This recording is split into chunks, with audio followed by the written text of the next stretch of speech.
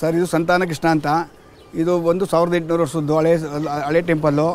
ಇದು ಭಕ್ತಾದಿಗಳು ಮಕ್ಕಳು ಇಲ್ಲ ಅಂದರೆ ಬಂದು ಪ್ರಾರ್ಥನೆ ಮಾಡ್ಕೊಂಡು ಹೋಗ್ತಾರೆ.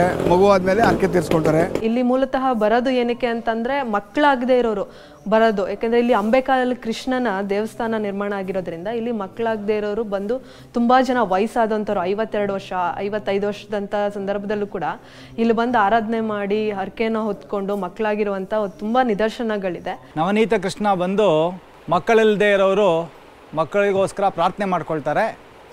ಇಲ್ಲಿ ಬಂದು ಪ್ರಾರ್ಥನೆ ಮಾಡಿ ಮಗು ಆದಮೇಲೆ ತೊಟ್ಟಲನ್ನು ಅವರಿಗೆ ಯಥಾಶಕ್ತಿ ಮರದ್ದಾಗ್ಬೋದು ಅಥವಾ ಮೆಟಲ್ ಆಗ್ಬೋದು, ಇಲ್ಲ ಚಿನ್ನದ್ದಾಗ್ಬೋದು, ಬೆಳ್ಳಿದಾಗ್ಬೋದು, ಯಾವ ರೀತಿ ಬೇಕಾದರೂ ತೊಟ್ಟಲನ್ನು ಸಮರ್ಪಣೆ ಮಾಡ್ಬೋದು.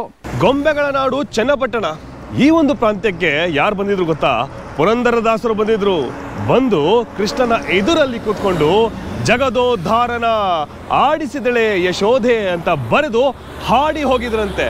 ಹಾಗೆಯೇ ಈ ಜಾಗವನ್ನ ದಕ್ಷಿಣ ಭಾರತದ ಅಯೋಧ್ಯ ಅಂತ ಕರೀತಾರೆ. ಯಾಕಂದ್ರೆ ಶ್ರೀರಾಮಚಂದ್ರರು ಅಯೋಧ್ಯೆಯಿಂದ ಬಂದ ನಂತರ ಅವರು ಶ್ರೀಲಂಕಾಕ್ಕೆ ಹೋಗೋಕ್ಕೆ ಮುಂಚೆ ಇದೇ ಜಾಗದಲ್ಲಿ ಬಂದು ತಂಗಿದ್ರಂತೆ. ಯಾಕೆ ಈ ಜಾಗ ಏನಿದೆ ನೋಡೋದಕ್ಕೆ ಅಯೋಧ್ಯೆ ಇದೆಯಲ್ಲ ಆ ರೀತಿ ಇದೆ ಅಂದ್ರಂತೆ. ಹಾಗಾಗಿ ದಕ್ಷಿಣ ಭಾರತದ ಅಯೋಧ್ಯ ಅಂತ ಈ ಜಾಗವನ್ನು ಕರೀತಾರೆ. ಅಪ್ರಮೇಯ ಸ್ವಾಮಿಯನ್ನು ನಾವು ಭಕ್ತಿಯಿಂದ ಪ್ರಾರ್ಥನೆ ಮಾಡಿದರೆ ನಮ್ಮ ಕಷ್ಟ ಕಾರ್ಯಪನ್ಯಗಳೆಲ್ಲ ನಿವಾರಣೆ ಆಗುತ್ತೆ ಅಂತ ಒಂದು. ಮತ್ತು ಅಂಬೆಗಾಲು ಕೃಷ್ಣನ ಅದೇ ವರ್ಣಿಸೋಕೆ ಆಗೋದಿಲ್ಲ, ಆ ಥರ ಒಂದು ವೈಭವದಿಂದ ಇದೆ. ಸುಮಾರು ಮೈಸೂರು ಮಹಾರಾಜರು ಈ ವಿಗ್ರಹವನ್ನು ತಗೊಂಡೋಗಿ ಅದು ಅರಮನೆಯಲ್ಲಿರಬೇಕು ಅಂತ ಪ್ರತಿಷ್ಠಾಪನೆ ಮಾಡ್ತಾರೆ. ಆದರೆ ಅವರಿಗೆ ಕನಸಿನಲ್ಲಿ 3 ದಿನ ವಾಪಸ್ಸು ಮಳೂರಿನಲ್ಲೇ ಬಿಡು ಅಂತ ಹೇಳಿದ್ರೆ ಅವರು ಬಿಟ್ಟಿರಲ್ಲ. ಆವಾಗ ಅರಮನೆ ಆ ಮರದ ಅರಮನೆ ಬರ್ನ್ ಆಗೋಗುತ್ತೆ.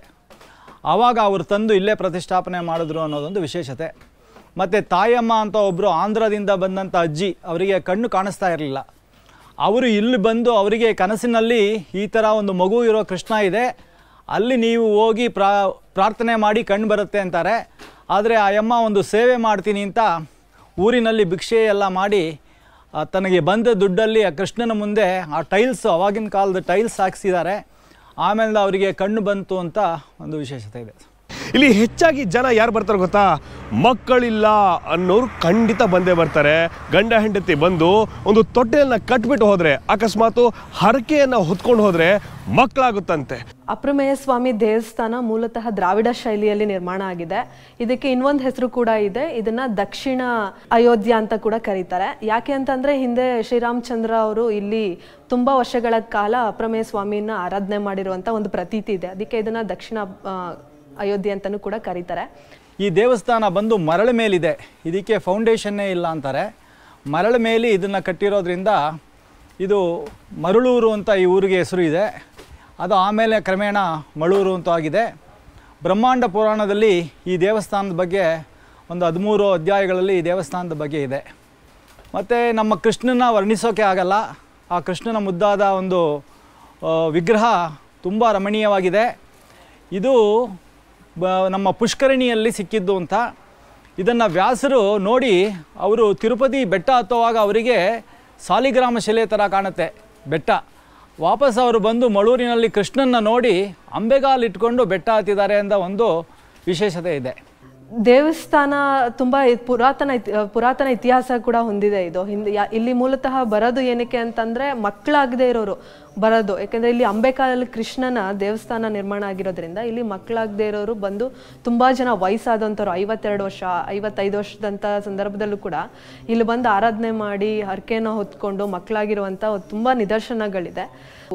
ತಮಿಳ್ನಾಡು ಜನಕ್ಕೆ ಇದು ಒಂದು ಚಿಕ್ಕ ತಿರುಪತಿ ಅನ್ನೋ ರೀತಿಯೇ ಒಂದು ಪ್ರತೀತಿ ಇದೆ. ಅವರು ಪ್ರತಿ ವರ್ಷ ಇಲ್ಲಿ ಬಂದು ತುಂಬ ಜನ ಬಂದು ದರ್ಶನವನ್ನು ಮಾಡ್ಕೊಂಡು ಹೋಗ್ತಾರೆ.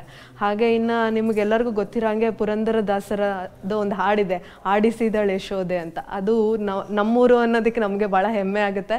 ಯಾಕೆಂದರೆ ಪುರಂದರದಾಸರು ಇಲ್ಲೇ ಮೂಲ ಕೃಷ್ಣ ವಿಗ್ರಹದ ಹತ್ರ ಕೂತ್ಕೊಂಡು ಬರೆದಂಥ ಹಾಡದು.